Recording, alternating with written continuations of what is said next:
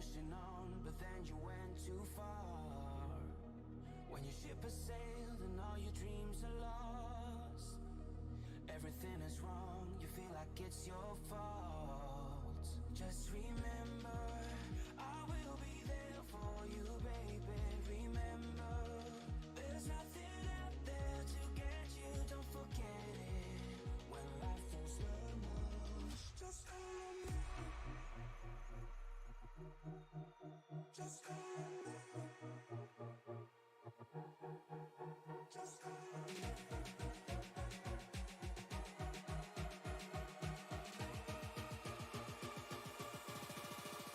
Just call me.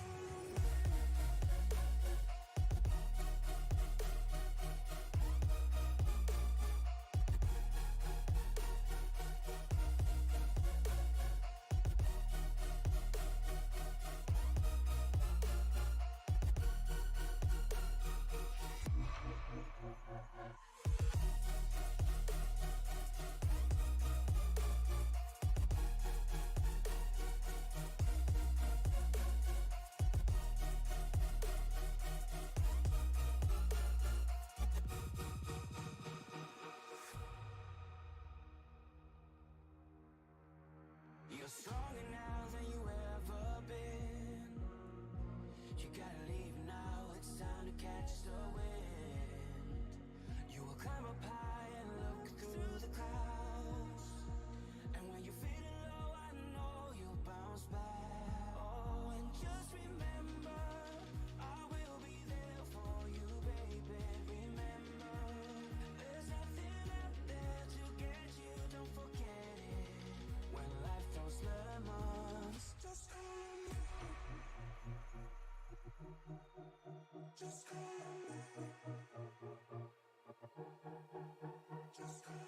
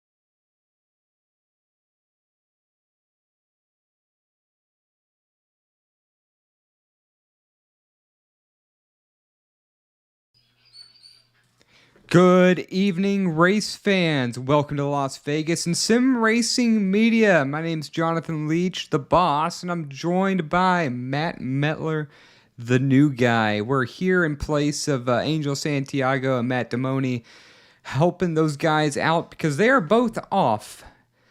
But, you know, we're in for a great one here, Matt. In fact, I believe they're both jealous because ARCA machines at Las Vegas, they just put on an absolutely amazing show. We're at the tail end of qualifying, only 2 minutes remaining, and Alexander Brown, the number 69 machine, has the fastest lap time with a 30.18.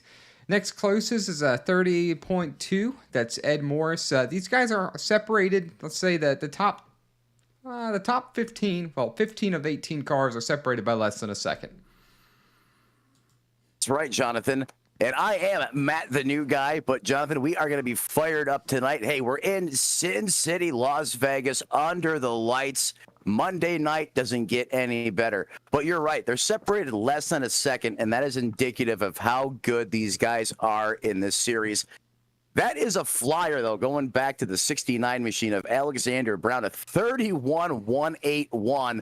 That is a lap. That is getting it in these ARCA cars around Las Vegas Motor Speedway. Want to see if they can actually keep that kind of pace up all night tonight. If they do, I mean, that's going to be some type of record territory because that is flying around this speedway.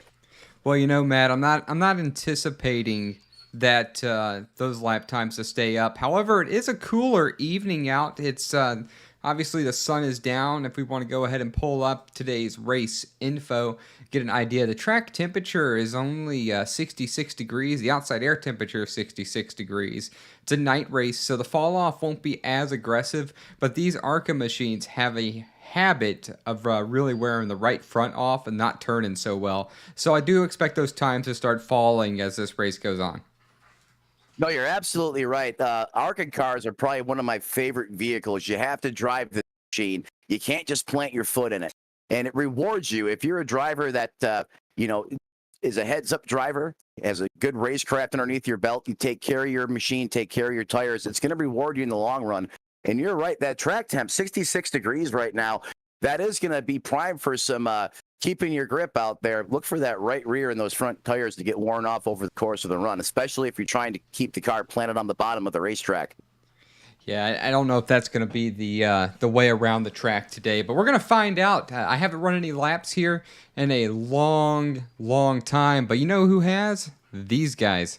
Most definitely have. You can see they're starting to grid right here. We're going to go ahead and put up the current grid for this race. Drivers on track at this time. So leading these drivers to green is going to be Alexander Brown out of Canada with a 30.18 lap time. Ed Morris, special shout out to Ed, basically runs both the Extreme ARCA and the Cup Series. Does a fantastic job. Work with him regularly. Greg Carr and Jeremy Horn is going to be row 2. With row number 3, you have Michael Thwaites and Hunter Collier. Row 4, Michael Larch and Wesley Jeanette. Dean Gagliano and Justin. You told me how to pronounce it earlier. I can't get it right, so you take it from there, Matt. All right, in your 10th starting position, that is going to be the 88 machine of Justin Adesagok. 11th plate thrown off is going to be the 67 of Bobby Doyen. 12th place, Drew Trader. In the 13th position, starting tonight, the 43 machine, Sean Corhan. 15th, going to be Ed Morris Sr. 16th, the 27 of Brandon Bass. 17th, rolling off tonight, Randy Krause. 18th, not qualifying tonight, starting in the back, going to be Rick Christensen. And certainly last but not least, the 45 of Corey Dare. So we've only got a 19-car field here, Matt, but 19 ARCA machines at Las Vegas is more than enough to make for an amazing show. Just take a look at how gorgeous these two machines look on the front row of Alexander Brown and Ed Morris, the number 69 and the number 7, respectfully. Something that you're going to find rather interesting is these guys, they don't use trading paint software. They use their very own paint software, which limits the potentiality for trouble. As far as paint's not loading correctly, it helps us put on a much better show as well as those guys. And those guys get to look at the paints, and the paints work out better for them as well. Now that these machines are rolling, we're going to go ahead and make sure that audio is working greatly. Now you don't have to just listen to our pretty voices. You actually get to listen to the roar of these machines, which iRacing really did an excellent job at mimicking the sound of these machines. Yeah, they did. They did a great job of mimicking that those Romeo V8s under the hood. 358 cubic inch displacement, coming in right at about 650 horsepower. And when those guys are in full song going by, it is just music to your ears. Not looking forward to going electric racing. I don't know how they're going to ever recreate the sound of these race cars, but hey, we don't got to worry about that yet. We're under the lights tonight. Strap those belts on, lock them in tight. About to get rowdy, Jonathan. Oh, most definitely going to be ready as the pace car is going to turn off. We're getting ready to start the race of 120 laps here at Las Vegas. Alexander Brown, Ed Morris are going to bring these guys to the green flag. On the throttle right there for Alexander Brown. He's going to step out in front by just about a half car length in front of Ed Morris going into turn number 1. That's right, 69 time Alex Brown. He's got the lead. He's biting it down hard on the inside. That bottom lane's going to be the third line on fresh tires all the way around the racetrack as they're going down the back stretch, getting these cars wound out. He is still going to be able to maintain the P1 position, but closing in hard on his tail right now, looking for him to make a mistake. Oh, he has a big slide up the racetrack. I don't think he got in the wall, but that's certainly not what you want to see on lap 1, Jonathan. Absolutely not. Alexander Brown going from P1 to 16th in the case of or in one single lap, now last in the running order. We know he's fast. It's going to be entertaining to watch him get back to the front. That's going to put Ed Morris to the point. These drivers, for the most part, single file on track at this time. Yep, I'm going to call that the fresh tire woes. That's happened to me plenty of these times in this ARCA car. You just have that sense of grip, and those tires aren't up to temperature, and the back end just wants to step out on you. He did a great job keeping it off the wall. He's going to have to come back to the front. But going back up front, now the 7 machine of Ed Morris. He's going to be the guy on point showing the way. The 24 of Greg Carr, currently in the 2nd position, followed by the 80-81 of Jeremy Horn.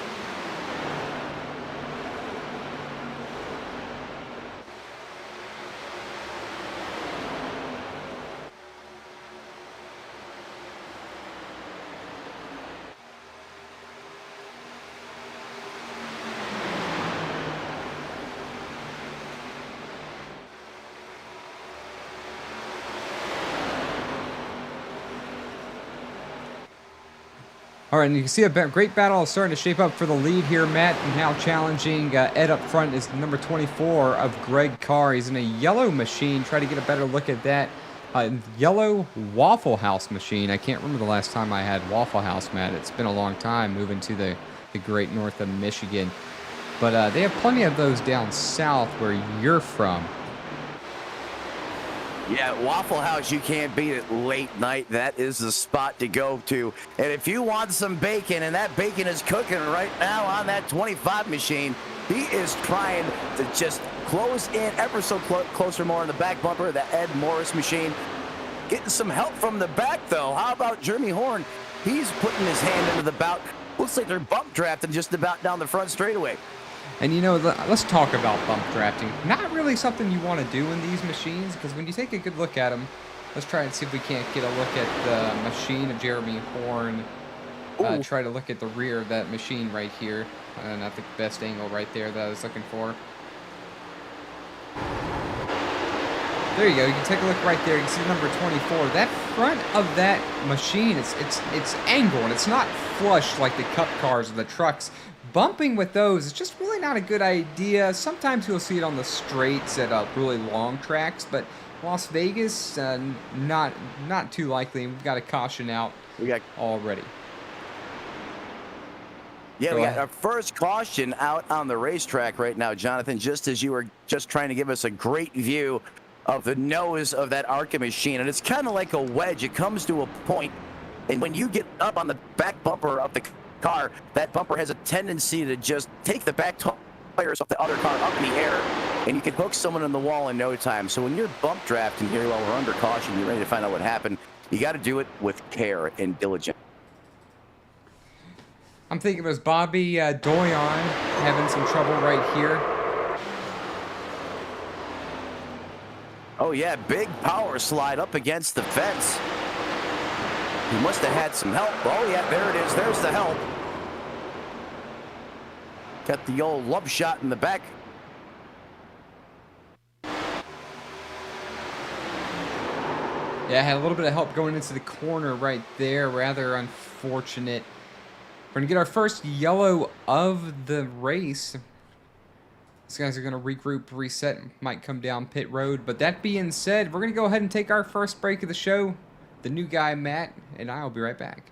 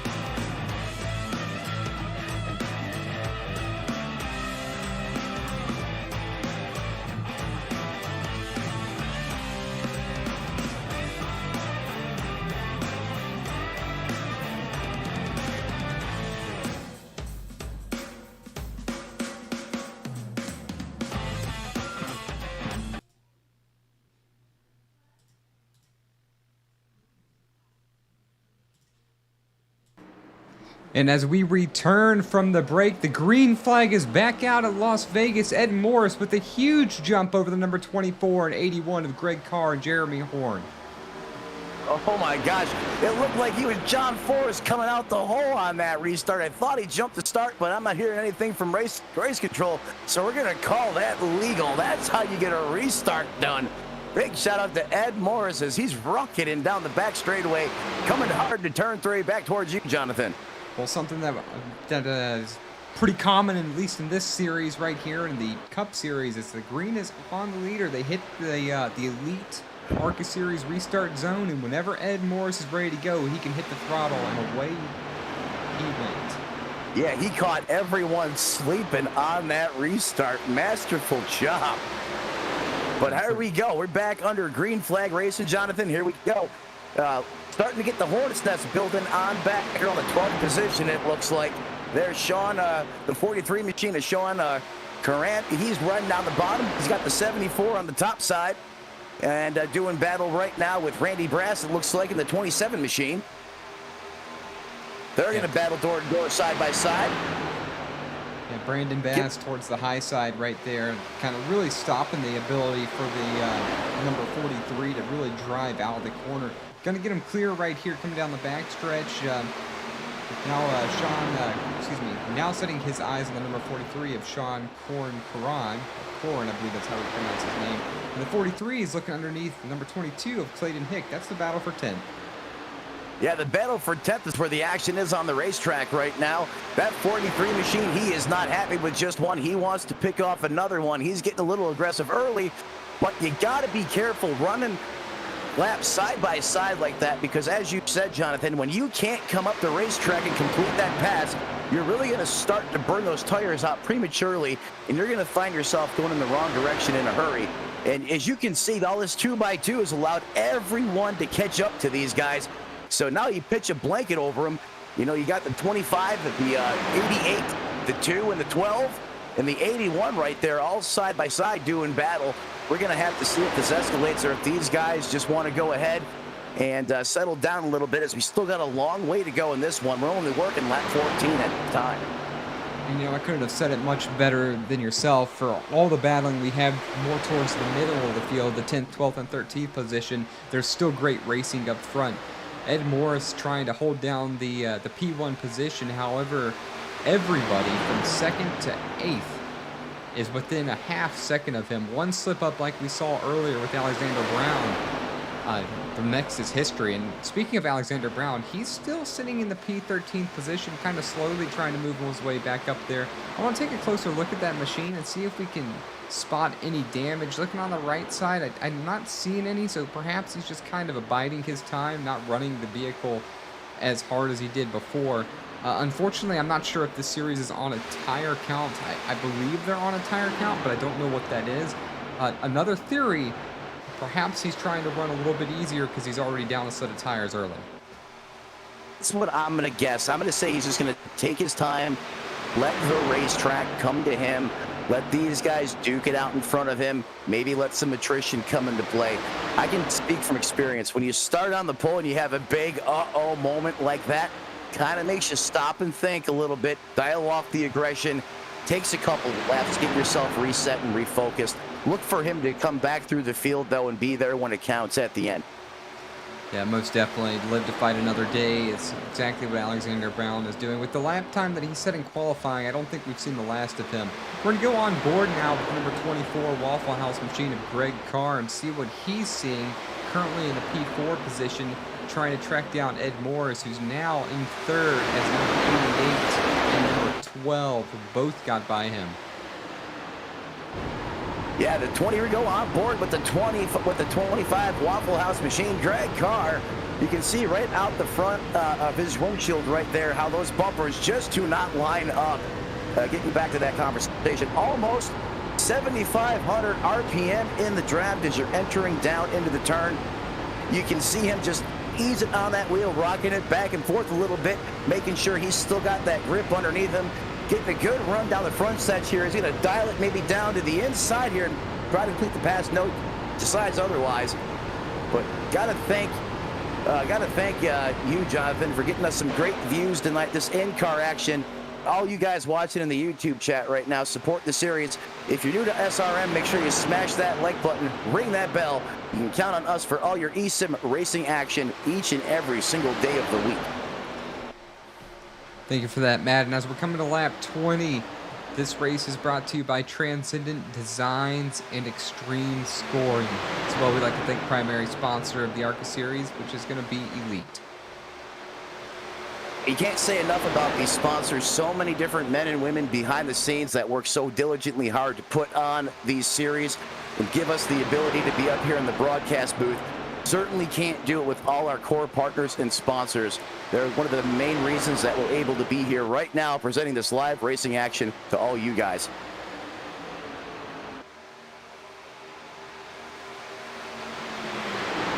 Lap's starting to kind of tick down a little bit. I can't really say tick down, tick on, because we're only on 21 of 120. Really some great racing going on, but something that I am noticing here is everybody's giving each other a lot of respect. You must be seeing something that I'm not seeing.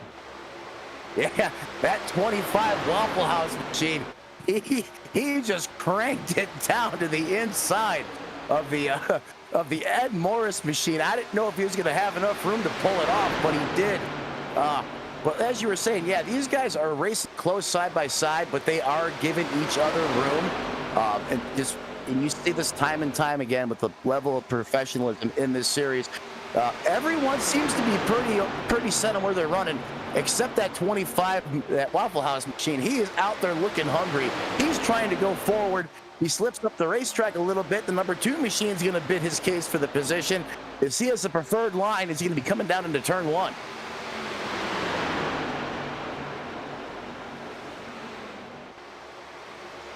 Excuse me. Really some excellent racing going on right there. Ladies and gentlemen, I'm going to step away for just a couple moments. I hope you enjoy. You're enjoying the show. We'll be back here shortly.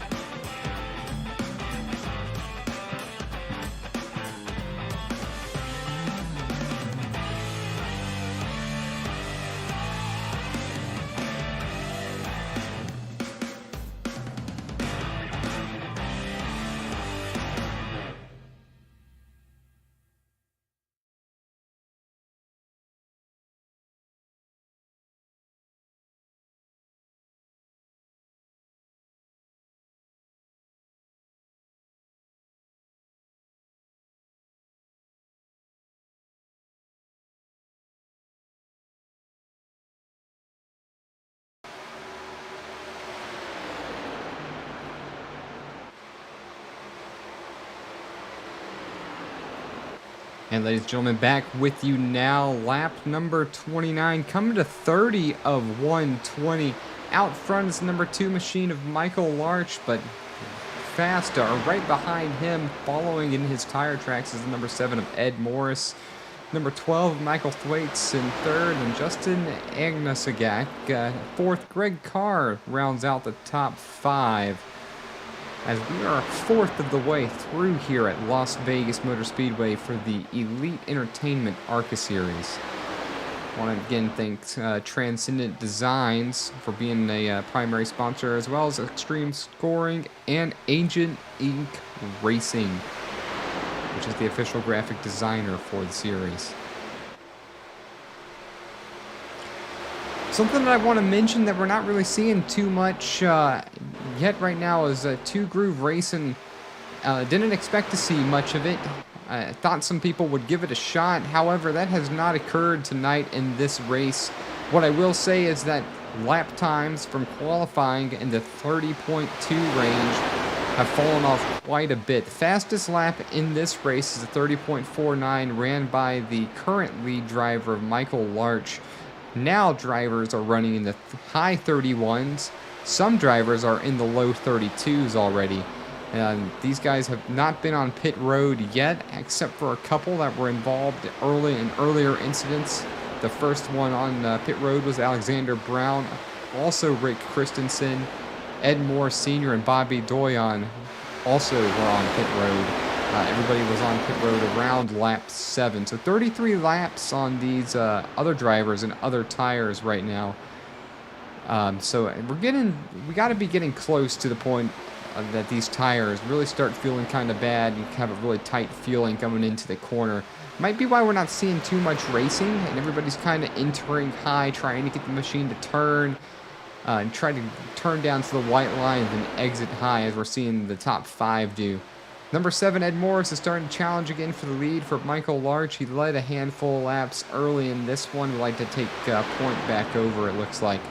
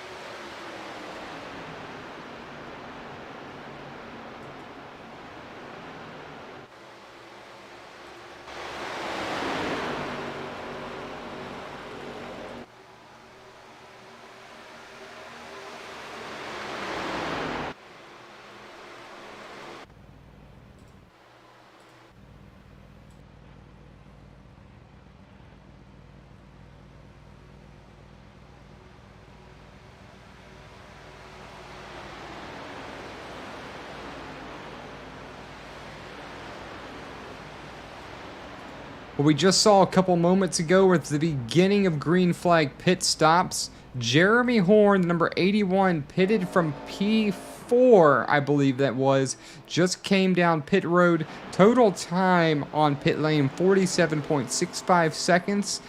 Pit stop was a 15:22. We're going to see where this shakes up in the running order after these green flag pit stops cycle out. Green flag pit stops always have a little bit of uncertainty. Some of these drivers are exceptionally strong at getting on and getting off pit lane. Other drivers not so much. Some drivers like to push it and then they roll through their pit stop, or they miss their pit stop. Something else to mention, this league has a limit to how many pit stalls you can drive through, and if I remember correctly, that limit is 7. It might be 6, and if you are to exceed that, you're going to have to serve a pass-through penalty. So we're going to keep our eyes open and see if any of these drivers have to hit pit road twice. And a pass-through penalty will just about stick a fork in it, especially if the trends of the race hold true all the way through this one with very minimal cautions. Trying to make up that much time on the racetrack, having to come back down again, crawling at that pit road speed. That is just going to be a tumultuous task for these drivers out there on the racetrack. Oh, we got some good racing going on here side by side right now. 69 machine threw him down underneath the right line out of the flat of the racetrack. That's the 98 of Hunter Collar. Man, let's go on board with him. There you go, Jonathan. Great view, getting you guys on the YouTube channel. Good shot of this excellent racing that's going on the racetrack right now. Gonna dive in, get right in behind him here as they exit the corner. But man, she got shoved down the racetrack. Really didn't have anywhere to go. Getting a good look there at the General Tire.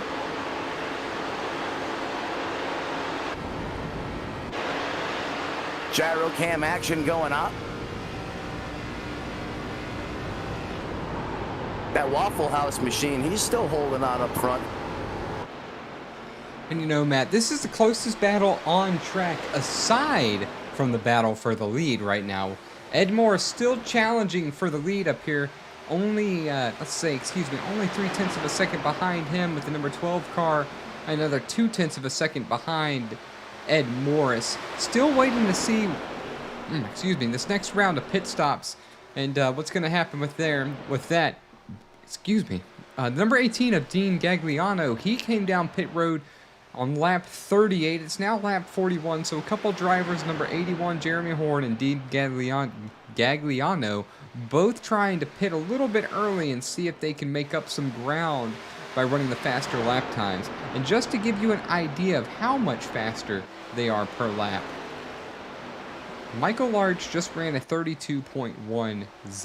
Jeremy Horn, last time by, ran a 30.91.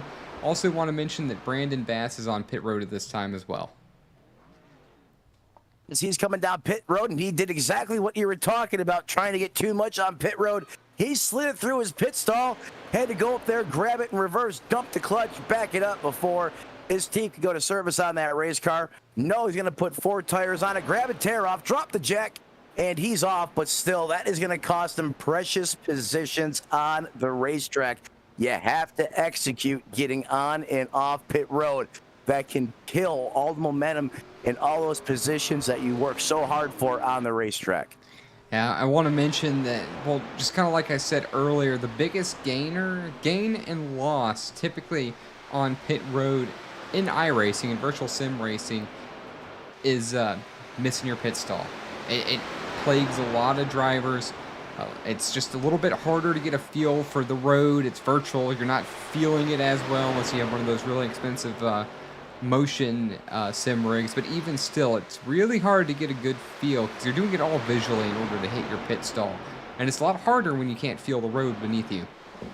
More drivers coming down pit road right now. Number 24 of Greg Carr, as well as Michael Larch, and the number 80, Randy Kruder. In fact, a whole slew of the leaders, Clayton Hack, Wesley Jeanette, Hunter Collier. It's going to leave Ed Morris out front now. Yeah, we're going to start cycling through pit stops. As you said, the Cavalry's coming down pit road. I believe the 7 machine is still out there on the racetrack, though. He's going to, Ed Morris, currently your leader out there on the racetrack. Oh, he's going to dive down pit road this time by. And I was going to say, with that many cars coming down pit road, you certainly don't want to stay out there too long and give up precious time. You were talking about the differential. You stay out there 3-4 more laps than these guys on fresh tires, and you will pay dearly for that. But pit cycles all taking place on the racetrack right now here in Las Vegas Motor Speedway. I thought I saw we had someone sideways out there on the racetrack.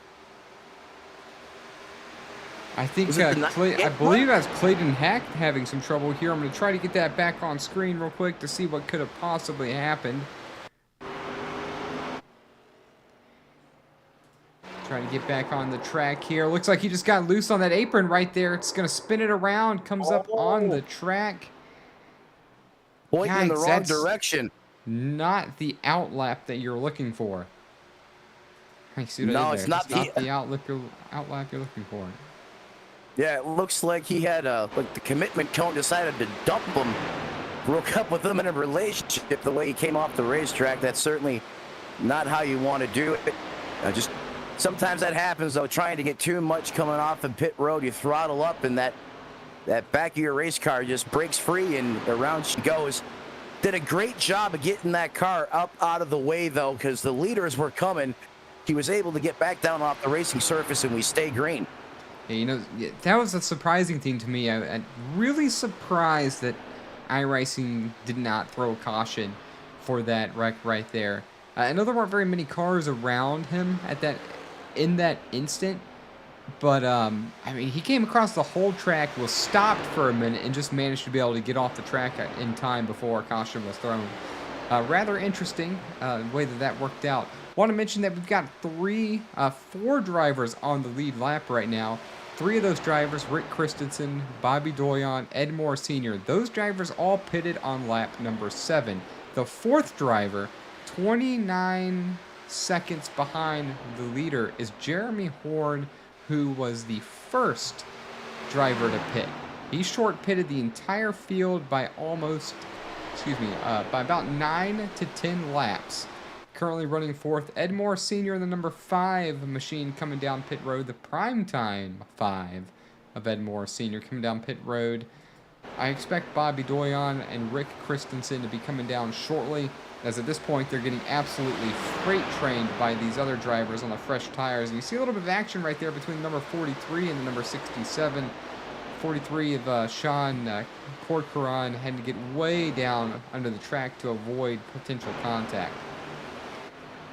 And Morse, yeah, he did. I mean, yeah, he certainly did have to try to get out of the way to avoid potential contact.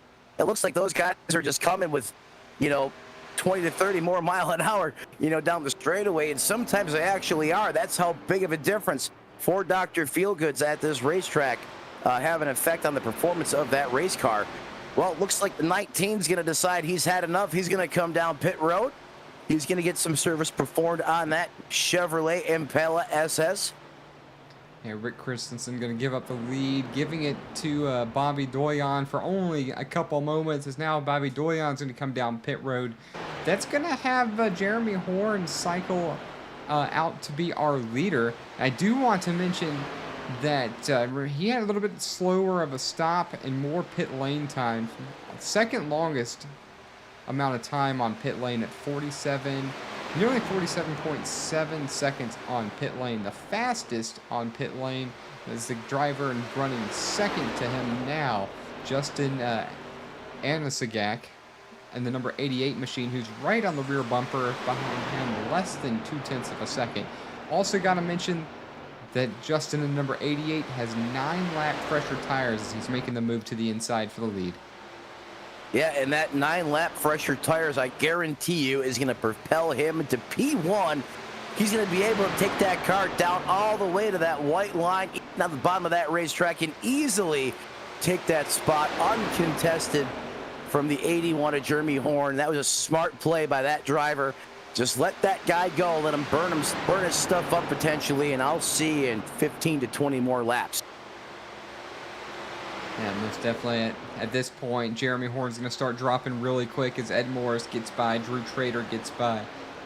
He's going to have a little bit of a cushion to the 5th place driver, Michael Larch, by about a half second, but his lap times are almost a full second slower. I have a feeling that he's going to fall back almost as far as 10th, 9th or 10th.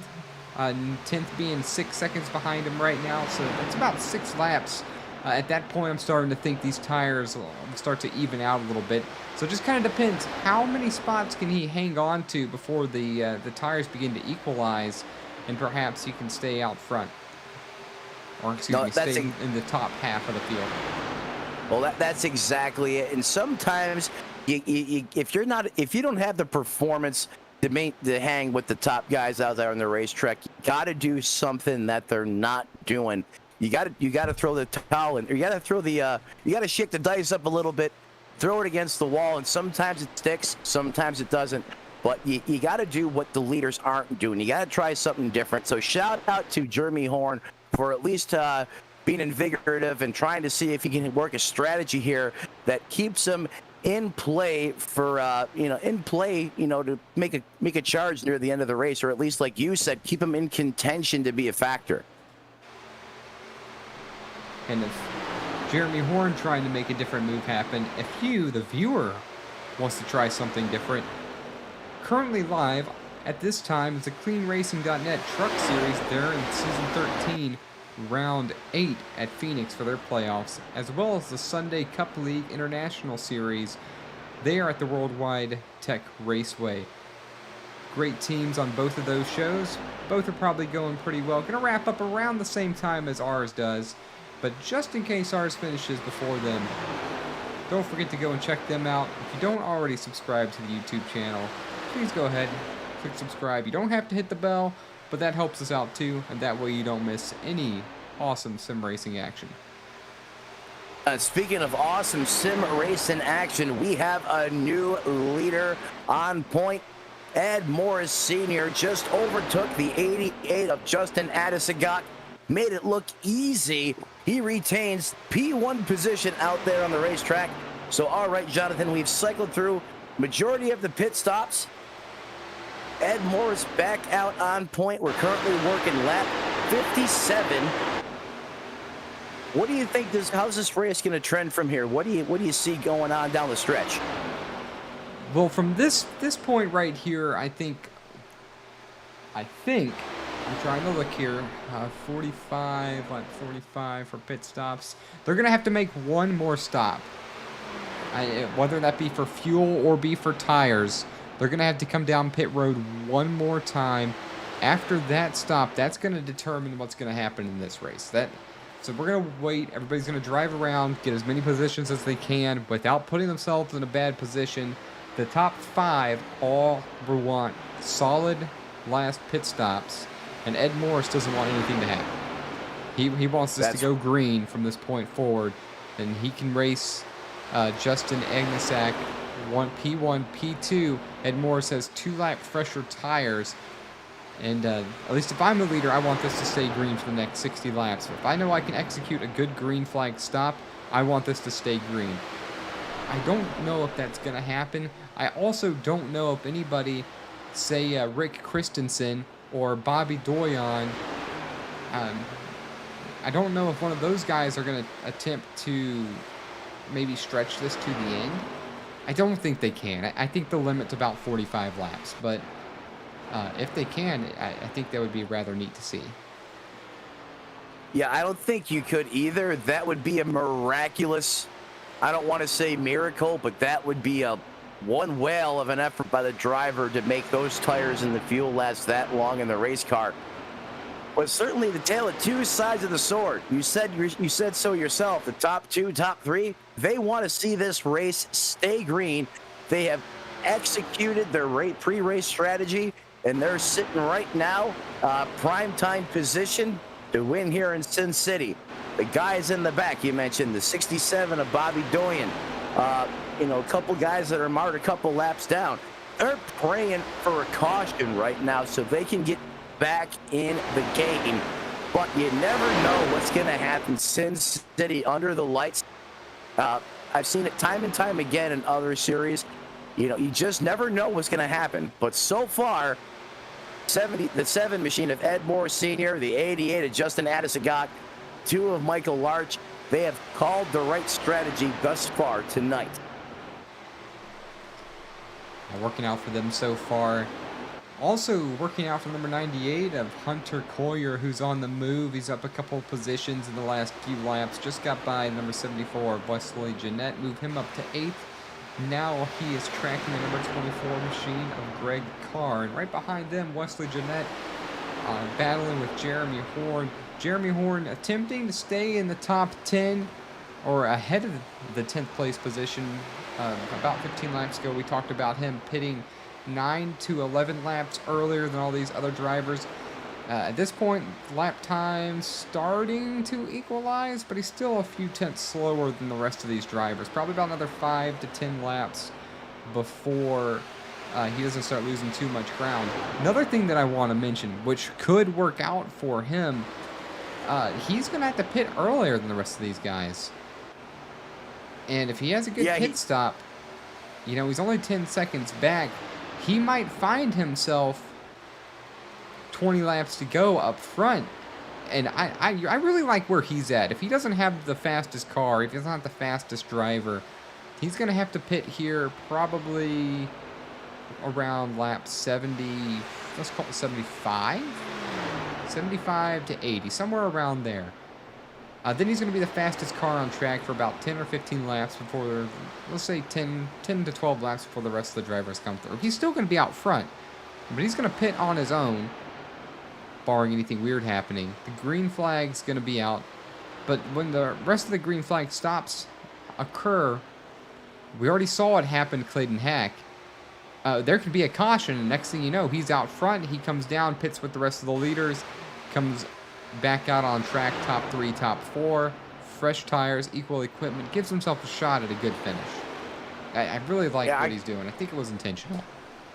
Yeah, I think it was intentional too. And I think you're 100% right on the money. I couldn't have said it any better myself. If there's a wild card right now in the race that has an alternate strategy that could play out in primetime view, it's the 81 car. So we definitely got to keep our eye on that.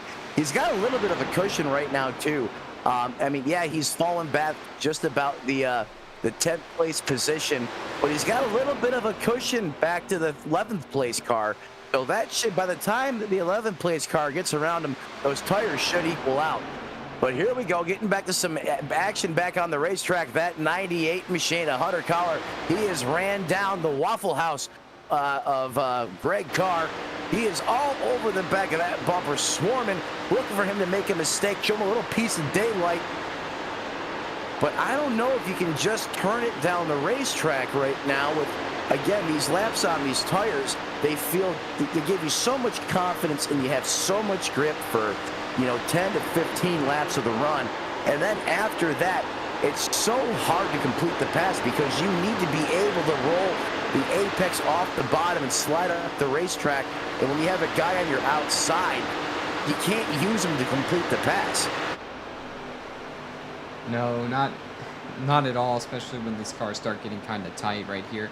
I really thought he was going to have an opportunity to try to make the pass. But as you mentioned, I think the turn in is a little bit of a struggle. So you got to back the corner up a little bit here, really try to let it roll. I thought he had an opportunity right there. Greg Carr shut the door on him right here. Coming out of turns 3 and 4, about a car and a half separates these two. Best battle on track and closest battle on track right now. Yeah, you're seeing not to cut you off, you're seeing a masterful job right now of the 25 machine, taking the bird line away from Hunter, knowing where that car needs to be to complete the pass on him, and he's just rolling out of the throttle. He's bringing it right down to that white line, and even if you back the corner up and you get that run on him, if you're going to try to turn it down to the bottom, he's there. You're going to have to put your car where he's not and try to make it work. I appreciate you, Matt, because I was about to get tongue-tied, and you just cut me off at the most opportune time. While this battle is going on, I do want to mention a couple seconds after I said it was the closest battle on track. Back here for 13th or 12th, Brandon Bass, Dean Gagliano starting to heat up as well. Number 27 of Brandon Bass is currently in 12th. Dean Gagliano trying to improve his position to 12th. Ed Morris Sr. in the hunt now, too, with significantly fresher tires than the two drivers in front of him. Back up to the 4th place position, we've got another battle brewing.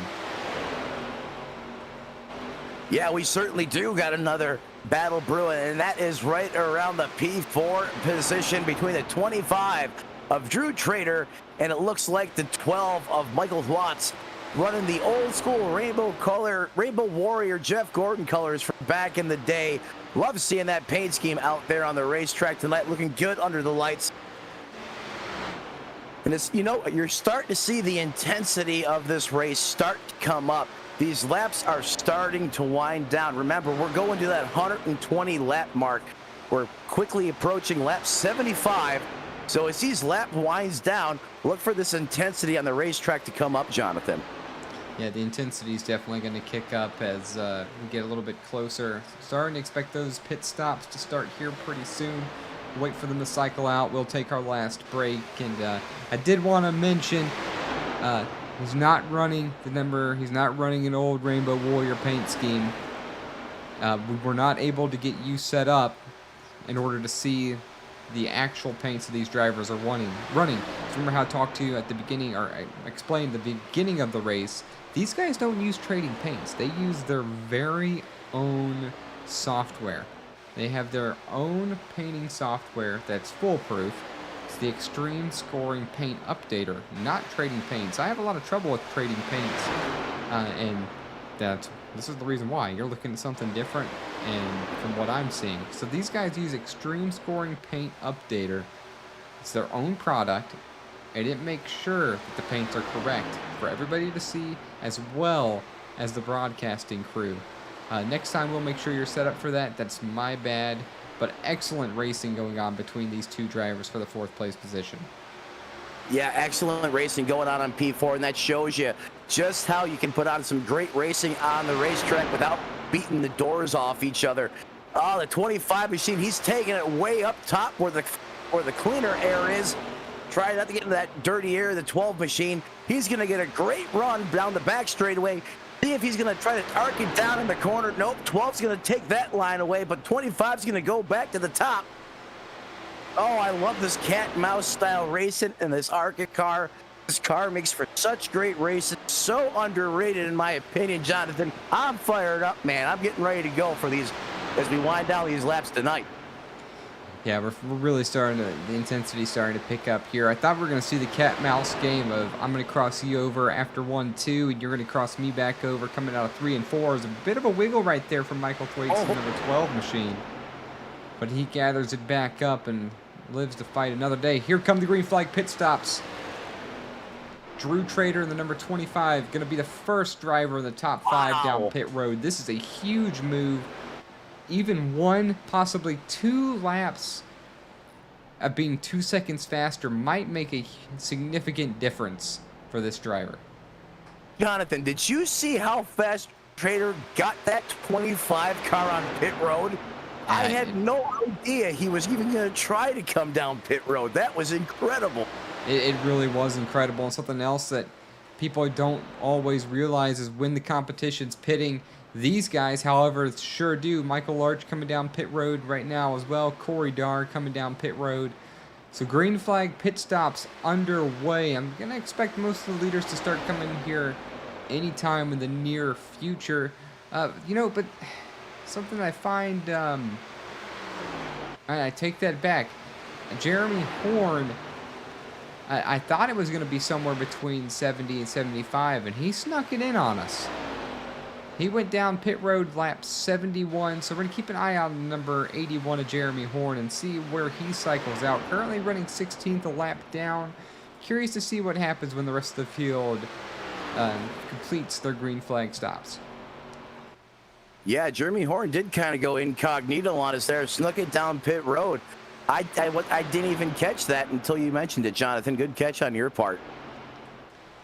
Taking a look here at the 88 machine that Justin Addison got. He's had a strong night, started P10, currently occupying the second place position. Talking about big movers of the race, how about 80? The 80 machine of Randy Kruder. He's starting at the 17th place position. He is currently in the final podium, running P3 right now. He's having a good night tonight as well. It sure is for now, but he still has to pit. We'll see how that cycles out as we go further on through the show. Had a little bit of a fan request. They want us to go on board with Bobby Doyon, currently running 16th, pitted lap 79, one of the fastest cars on the track. Curious to see where he's going to end up at the end of this one.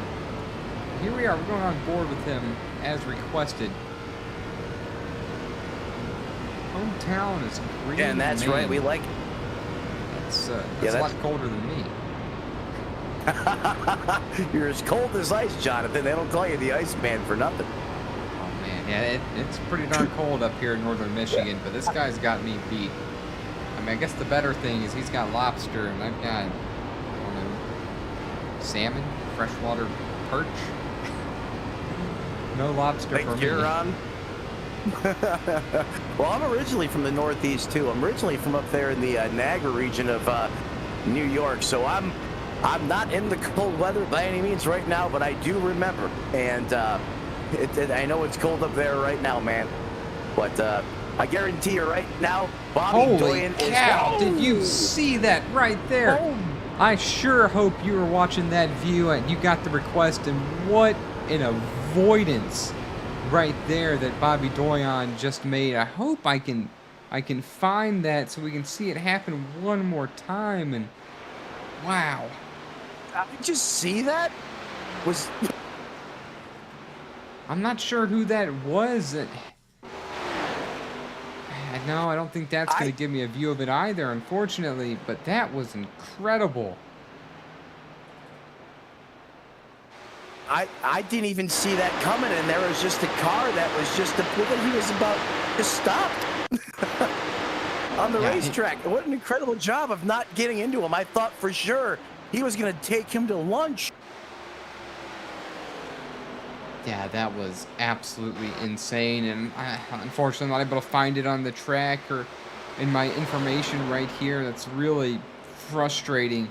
What a heads-up move, though, by Bobby Doyen not to rear-end that driver and stay running. I just watched it in the live stream, Jonathan. It was I didn't see who it was, but it was someone coming off of pit road, must have had a miscue and did not realize that Bobby was there. And I mean, you couldn't put a piece of paper through the two vehicles. It was that close, but what a job of not making contact with that race car, because that was going to be big. Yeah, that was just absolutely incredible.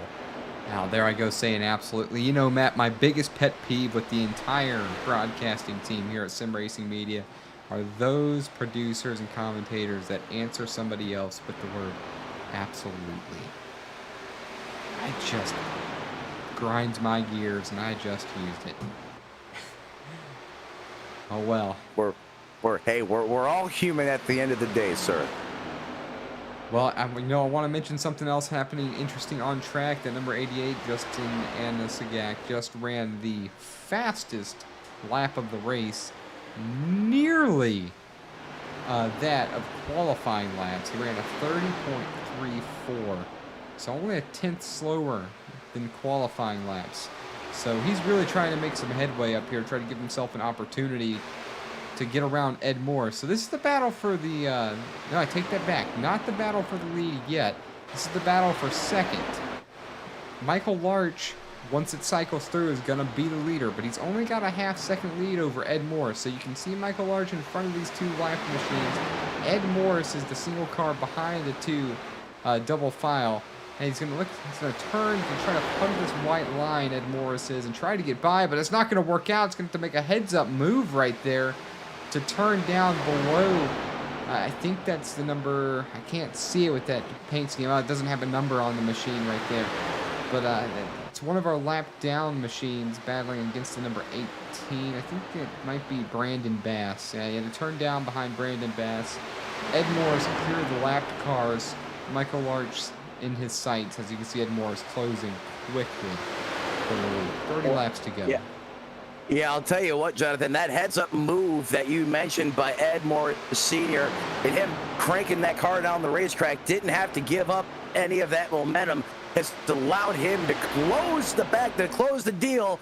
And here he is on the inside, down on the flat of the racetrack as they go across the start-finish line. He's going to have the advantage going into turn one. This, I believe, is going to be for the race lead. Yeah, he sure is going to have the advantage. And really the only thing Michael Larch can do is try to hold him down on the track and not allow him to get back on the throttle. This is the closest battle on track currently, and it's the battle for what will be the lead. Not for the lead, as current leader Ed Morris Sr. Ed Morris in front by a bumper. Michael Larch. Ed Morris Sr. Excuse me, go ahead. Ed Morris Sr. by a bumper, but how about that lap car? That lap car's actually giving some drafting help to the two down the straightaway, making it harder for him to clear it. But now Ed Morris Sr. is going to do just that, I think. Does it look like the lap machine was going to try to split it three wide there for a moment? It looked like it, but but he still can't slide up the track and be clear. Now he's finally going to have the opportunity out of turn number 4. See the number 5, that's Ed Morris Sr. pitting from the lead, turning over control of the race to Ed Morris. But we can't forget Michael Larch is right there. What I'm curious to know is these drivers are battling awfully hard And they're battling. They're running 31-3, 31-4. Driver in the hunt, the number 88 machine, and the Exalta 88, Justin Anasagak, we'll never get his name right.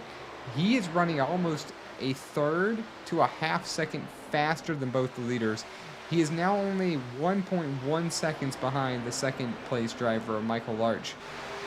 He wants to see these guys continue the battle so he can get into the mix here. You know, and I want to say that I've seen Michael Adesagak do this once before in the first race I called in this series. He pulled a Kevin Harvick. Where did he come from?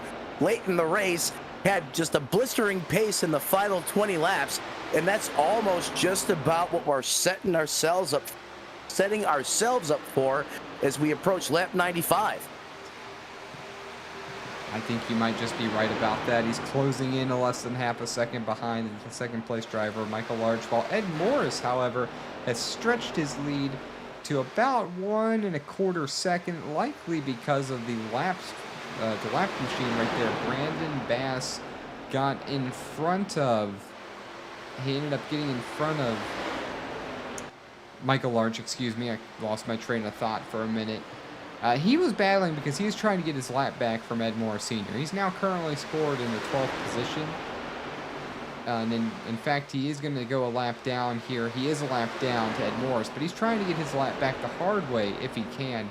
I'm not expecting him to be able to. He hasn't shown the same speed as Morris has, and he's on the same freshness as far as tires go. Yeah, you're right. He is on the same lap. He's on the same. They are on the mirrored set of tires on the same set of rubber. So I don't think. I mean, not that you can't do it the hard way, but I don't think he's going to be able to. He hasn't just shown quite enough speed yet tonight.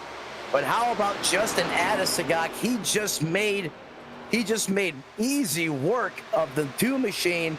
So now Justin Adesagak, he's got one more car he's got to catch. It's been a fast car tonight.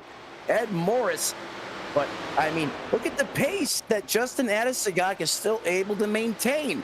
If he's able to do that over the course of these next 10 to 15 laps, he's going to be there. He very well could be, but while he was racing and using up his tires, Ed Morris has had some smooth cruising. So we'll see if Ed Morris is saving anything in case there's a potential bout. And we can't throw out the possibility of a late race caution. Coming to lap 99 of 120, we're going to step away for the last time, regroup, reset, so we can call the end of this race.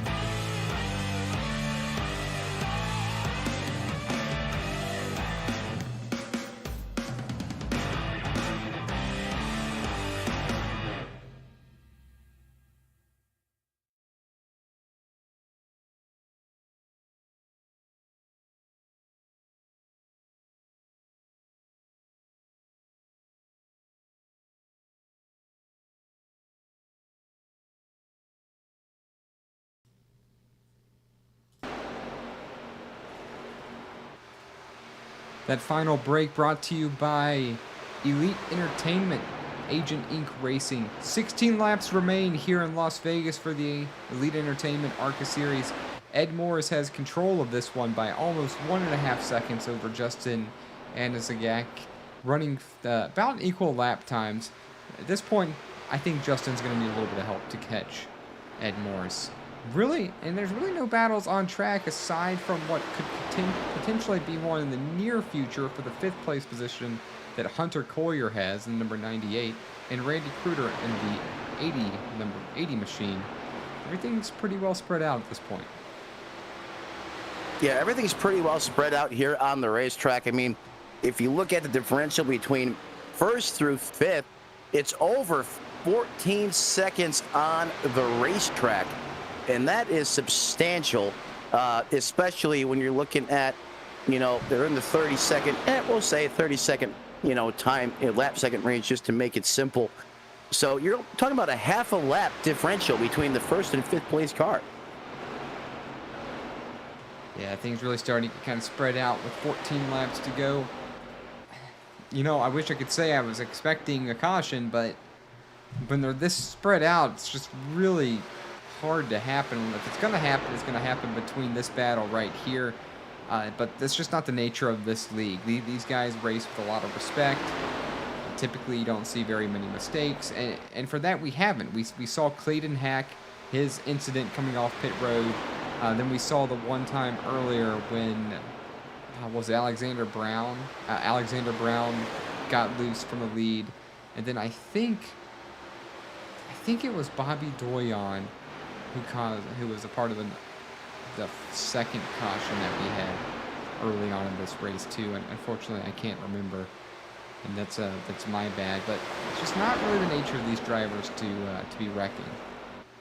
Yeah, it's not. You couldn't have said it any better, Jonathan. These guys are just so good, and the skill set and the level of professionalism and poise that they have on the racetrack is just really second to none. But how about that move? Did you happen to catch that? The gentleman doesn't have a number showing on my screen, but he just turned it down right off the back bumper of the 98, stuck it in there to the corner, set that car out to lunch and made it work. Nice move on the racetrack. Unfortunately, it's not a move for position. That's the number 27 of Brandon Bass, currently scored in the 16th running order with coming to 10 laps to go.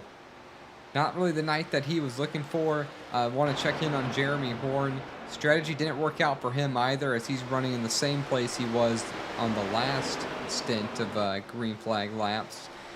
Kind of knocking on the door here, Drew Trader might be able to advance his position a little bit. Trader's got fresher tires. I think that's going to be about all he can get, unless he can get past Trader quickly. Might have an opportunity at the car running 9th in order, Sean Corcoran, the number 43 machine. It's running an old school Richard Petty STP, blue and orange, number 43. It's a really nice looking car. Currently holding the 9th spot. Back out front, the lead shrunk by about 0.3 of a second, but I think it's going to be a little bit too late in order for the number 88 to get there. Ed Morris is in complete control. Yeah, you could be a day late, dollar short, but cannot overlook the drive of Justin Atasagak and what he's been trying to accomplish out here tonight on the racetrack. This man has steadily worked his way forward all night long tonight, and he's just over the 1 second gap on Ed Morris Sr. Two great competitors out there on the racetrack tonight, just setting a blistering pace. Big shout out to both of these guys. I mean, they're putting on quite a show for you guys in the live stream, and they've executed in all phases of the race. Restarts, getting in and off of pit road, and Jonathan, you said it earlier in the broadcast, who's ever able to execute tonight and keep their car clean and keep yourself poised is going to be able to bring it home here in Las Vegas. And that's exactly what we're seeing here out of the 7 of Ed Morris and the 88 of Justin Atasagak. Yeah, just a great drive for both of them. So I do want to mention the top 6. Let's talk about the top 6, where they're running as opposed to where they started.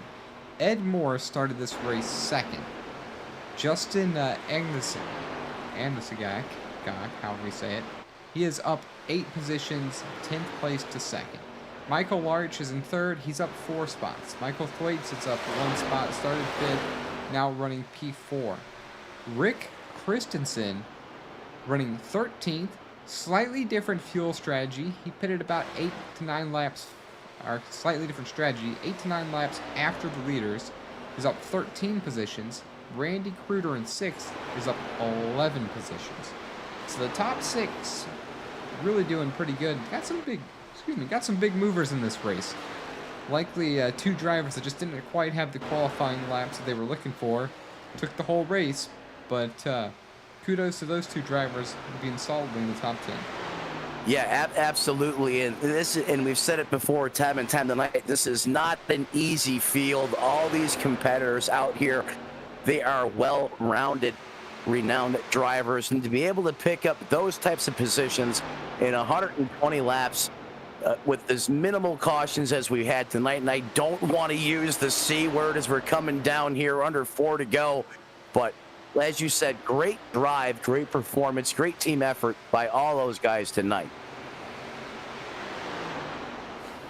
Hey, to make it interesting, Justin Adesagak, he's under that second mark, about 0.8 of a second off the lead. He's got 3 laps. He might start catching a draft off of Ed Morris. He could make a bid here. It could be 2001 Atlanta all over again if he plays his cards right. Yeah, I think he's going to need a little bit of help as we see Jeremy Horn. I guess he's going to be running out of fuel, going to come down pit road right here. I don't think anyone else is going to have that problem. Heartbreaking. Yeah, just unfortunate. A couple laps too early on the first pit stop. Andesagak still trying to make a move. There's going to be some lapped traffic up here, but they're going to get out of the way of Ed Morris. Just going to have the respect to let him go right on by. Right there, so that's the distance from the leader. Leader in second place right there, 0.8 of a second. 2 laps remaining in this one, Las Vegas. That's right, Mike. 2 laps around this 1.5 miles of Sin City. The stars are out. The sky is gleaming. And it looks like, for all intents and purposes, all the cards are showing right now towards the 7 of Ed Morris. He's just going to have to make it one more time around this racetrack as they come through the dog leg. Here is the final lap of tonight. Just one more for Ed Morris, and he's going to have a W in the books here at Las Vegas Motor Speedway. He's going to take an easy entry into turns 1. He's going to roll the apex off the throttle just a little bit. Coming off of 4, coming off the 2, no pressure. Pick up the throttle. Don't want to make a mistake. Make the back of that car jump out, get loose. Gonna roll it here into turns 3. And one more time, coming out of turn 4, the money man tonight. He's gonna be your winner. Ed Morris, your winner here tonight at Las Vegas Motor Speedway. A solid, great effort by Justin Adesagak in position number 2. Your top 3 and final podium finisher tonight, the 2 car of Michael Larch. And when I talked to Ed Morris, the pre-race for this one, and just a few moments before the start of this race, want to mention the final laps brought to you by Agent Inc. Racing. Talked to Ed and said, maybe I'll be talking to you after this one. He didn't seem 100% certain on that, but it looks like we're going to be talking to him just in a couple minutes. He's going to make the slow drive around, get ready. I assume he's going to virtually burn it down here at Las Vegas under the lights. Yeah, here he comes right up to the start-finish line. Your winner tonight, Ed Morris, I'm sorry. There he goes. He's going to light the torches underneath that Chevrolet Impala SS. Burn it down, Ed. You deserve that one. Way to go. Great all-around team victory for that gentleman tonight. Yeah, really an impressive drive. He, for the most part, had control of the entire race. If it wasn't for the off pit road exit for Clayton Hack, this race might have been a little bit different. And if it wasn't for Alexander Brown getting loose early, getting himself into some trouble, the race could have been a little bit different too. But don't tell Ed Morris that, who after about lap 5, lap 6, just flat out dominated this race. Led a majority of the laps, had the right pit stops, pitted at the right times, and he just really ran a clean race. And with that, in this series, that's what it takes to win. You have to run a perfectly clean race in order to be doing what he's doing right now. Yeah, well said, Jonathan, and I could not agree with you anymore. Just dominated really from the start of this race. As you said, lap 6, 7, it was just lights out for that gentleman there. I mean, it was clean on pit road, had fast pit stops. His time on and off pit road was in the top 3 or 4 each and every pit stop he made, and he just made smart decisions on the racetrack. Did a masterful job with lap traffic. Made Justin Adesagak work for every 10th of a second that he made up on him on the racetrack. But hey, when you execute in all phases and you're flawless, a lot of times you wind up in victory lane, and that's exactly what Ed Morris did tonight. Yeah, sure did. Pretty excellent, really excellent race. A lot of fun, minimal cautions. Not that many were to be expected at a track like Las Vegas with drivers of this caliber. Still waiting a few minutes for these drivers to prepare. We'll discuss and talk to the top 3. See if the number 88 machine, if there's something that he thought he could have done different. That's Justin Adesagak. And then, of course, there's Michael Larch, who finishes third, a couple seconds behind those 2 leaders. I think a lot of it did come down to pit strategy. I think some slightly different pitting calls might have made this a little bit more interesting. But you got to remember that the number 88, he had to drive through a lot. He was battling after every single stop. He had to pass cars. Ed Morris managed to keep his track position longer, wasn't using up his stuff as much. And that's really what was the difference. He started up front, remained up front.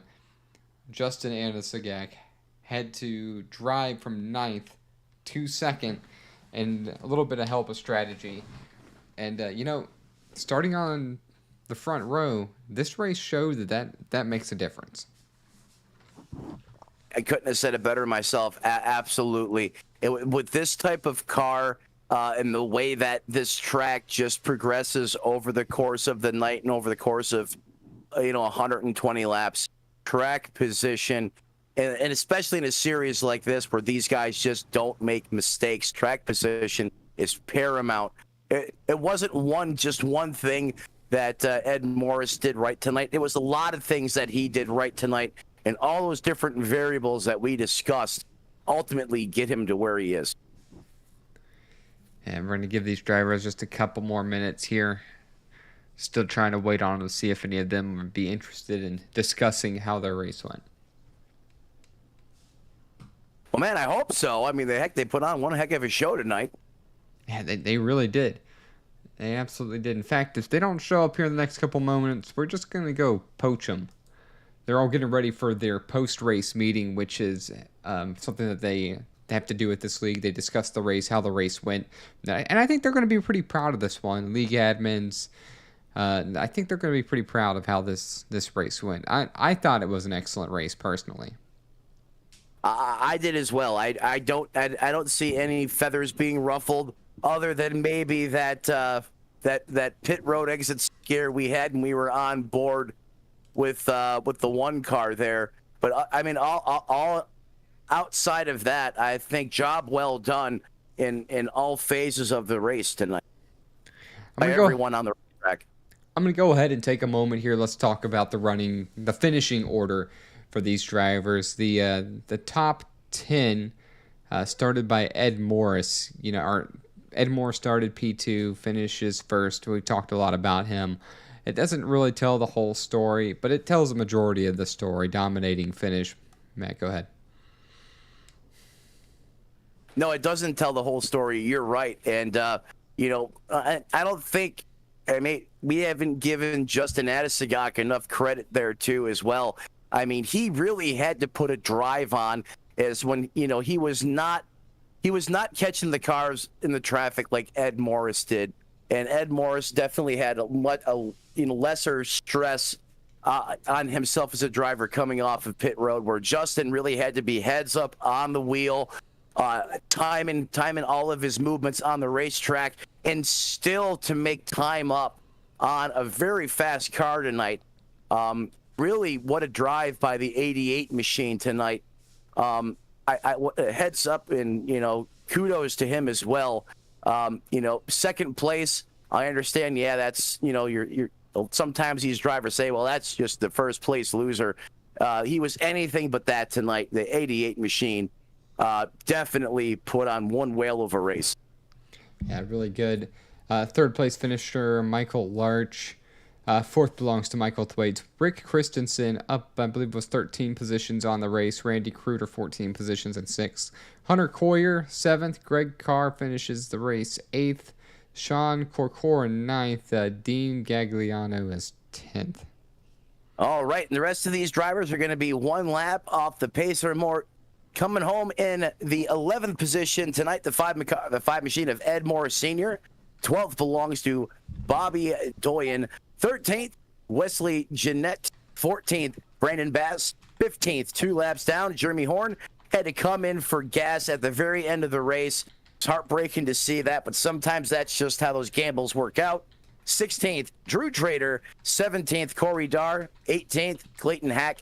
Last but not least tonight, 72 laps off the pace in 19th position. That is the 69 machine of Alexander Brown.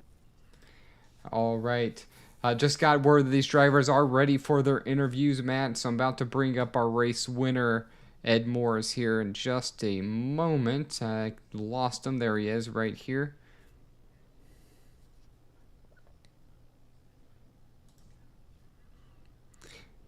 Joining us now, things work. Brings it home at Las Vegas. Ed, congratulations. Dominating performance. Do you mind walking us through that? Or was there any moment that you thought this may not be your race? I appreciate it, man. That was an awesome race. The car felt great. No, I didn't think I had that thing wrapped up. You know, we executed very well on pit road and through the pit cycles, and made up some time, and we were watching Justin's lap times, and he was catching us toward the end, and I was driving the tires off that thing, trying to maintain the gap and to keep that lead as much as I could, because I know once he got to me, you know, anything could happen at that point. So I was able to hold him off, you know, and mind that gap for, you know, till that, you know, half a second or so. But yeah, it was hard every lap on that last run, making sure to keep him behind me.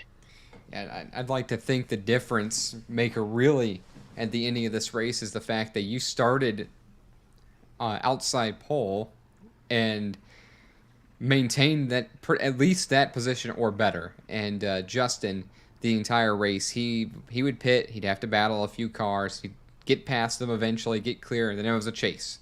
And then he'd pit again, had to battle a few cars, get past them, and then he was chasing again. And I think that was really the difference maker. He set the fastest lap of the race at a 30.34, not much faster than yours. And I don't think his average was much better either. But he was trying, certainly trying. You know, I want to mention, I said maybe I'll talk to you later. After we got off our call earlier, I thought I just jinxed you. But it didn't work. It didn't happen this time. So good job. Congratulations. Hey, I didn't get the broadcaster's curse, so that's nice. I've cursed many drivers accidentally. And it's not really something that I'm proud of. But anyway, Ed, excellent race. You should be proud of everybody here. I'm proud of being a part of it. Anything else you want to say before we bring the next two finishers up? Yeah, just you know, thanks to all the members here at Extreme, you guys for doing the broadcast, our series sponsor, Elite Entertainment, Agent Inc. Racing for the great setups that they put on these cars. Everybody at Extreme Motorsports and all the staff and everybody that makes this possible and makes this league run and operate the way it does. I greatly appreciate it. Glad you guys are all here, and I'm glad we're able to do this thing every week and come out here and keep racing and keep battling and having a lot of fun. And I hope the fans and everybody out there watching and all the drivers and everybody enjoys it. So just thanks again. Appreciate it. Yeah, thank you much for those words. I'm sure they appreciate it. We enjoy it too, Matt. This was a good one. Ed, I hope you have a great night, and we'll talk to you next time. You too, guys. All right, Matt, here in just a couple moments, we're going to bring up the driver who finished third. That's going to be Michael Larch, and this one's going to be for you, so I hope you're ready because he's with us now. Michael Larch, Matt Mettler up in the booth. You got me, sir. Now, stand Michael by. Larch. Stand by. That was a weird thing. Let's try it now. Michael Larch, Matt Mettler up in the booth. You got me, sir. Yes, sir. Justin, you started 7th to 9th. You come home 3rd. Man, you put on quite a drive going through the field tonight. Executed pretty well on pit road. I thought your car looked like it had some speed in it throughout the course of the night. What was the difference between 3rd and 1st tonight? Where did you feel the difference was? I think it was because I pitted a little bit earlier than first place and second place there. Especially that last stint. I pitted about 5 or 6 laps before they did, just trying to leapfrog them. So really it was just tire management. And then that first green flag run we had, looked like everybody was kind of running the middle lane to the upper lane. And I stuck to the bottom, and that's how I got to the front. So I think I kind of showed my hand a little early there. Because after that, everybody was running the bottom, and they were really quick. So it was fun. No, you're right, and but it was incredible to watch that drive during that first leg of the race, and I'm sure all the fans and everyone watching on YouTube enjoyed your march up through the field. But that, sometimes that's racing, that happens. You kind of show everyone the fast way around the racetrack, and everyone copycats you. But anyways, job well done tonight. Way to execute, keep your car clean, make smart decisions on pit road. You come home 3rd place tonight. Who do you want to thank? Who helps you get it done on that race car? As far as the sponsors, tonight I had on there Natural Bite Prep and my buddy Matthew Robinson for allowing me to put that on there. Timber Dust Woodworking, and then all you guys up there in the broadcast booth at SRM there doing a great job every single week. Ed and his team at Extreme Motorsports for putting on this league together, and all these good guys and good drivers, and Elite Entertainment for sponsoring the ARCA series. Well, there you have it, ladies and gentlemen. Your 3rd place finisher tonight, Michael Larch. Solid performance out there at Las Vegas Motor Speedway this evening. Jonathan, back to you, sir. All right. Fantastic racing indeed. Michael, we're going to send you on back so we can talk to our last driver and wrap this one up. Great job. All right, thanks, guys. All right, Matt, I'm going to bring up your favorite, the driver of the number 88 machine, who really had an honest attempt at it. He had the most battles, finished P2. Almost got there, just kind of ran out of laps to the end. Justin's with you now. Justin Adisagok, Matt Mettler in the booth. You got me, bud. Yes, sir. Oh, my God. Jonathan, what a run by you and your team tonight. I know 2nd place probably sitting a little sore with you, but, man, you passed a ton of cars tonight. You had to earn every inch up through the field. You were catching Ed Morris at the end. Was it just a matter of laps that you needed, or was it something else that you just missed, maybe in the setup that was the difference? Well, first qualifying, I don't know if you guys were streaming qualifying, but I wrecked in qualifying and put myself in the back there a little bit, so I kind of ran my car hard in that first run and used up all my tires. And then the second run, I couldn't figure out turn 3 and 4, So they kept getting me in 3 and 4, and then like with like 15 laps to go, I finally figured out 3 and 4, and I was slowly gaining on them, but I just needed like, I don't know, maybe 10 more laps or so. Yeah, maybe 10 more laps or so. That's what Jonathan and I were thinking too. But I mean, you had to really do some heads-up racing out there on the racetrack. I mean, even cycling on and off of pit road, it always seemed like you were pulling back into traffic, and you were constantly on the offensive tonight to put yourself in a position to come home position 2. Yeah, lap traffic was a little bit of trouble. I know on that last green flag, I almost blew it because I was doing 70 and a 50 going on the pit road and somehow didn't get a black flag, but I did get held up a little bit by lap traffic on that last run and kind of burned my stuff up, but I don't think it would have made a difference. Ed was just a little bit too fast on the long run, and then me not knowing what to do in 3 and 4. So, but overall, it was a good race. Yeah, I mean, Justin, if I don't know what I'm doing in 3 and 4 and I come home P2, sir, I will take that every time. But hey, great performance tonight. Who do you want to thank? Who all helps you on that team? I kind of just show up and race on race day. I actually knew what track we were going to because we had a week off, so I already forgot which track we're going to next. But I'd like to thank Transcendent, for bringing me on board. You guys for broadcasting, and everybody that's putting this series together, and the guys racing out tonight. They did a good job tonight, and Ed Morris, of course, on the win. Congrats to him. Well, there you go, ladies and gentlemen. He put on a show, showed you guys how to get through the field tonight. Comes home just a little bit short, but job well done. Great run. That is the 88 of Justin Adisagok. Thanks for joining us up here in the booth, bud. Thank you.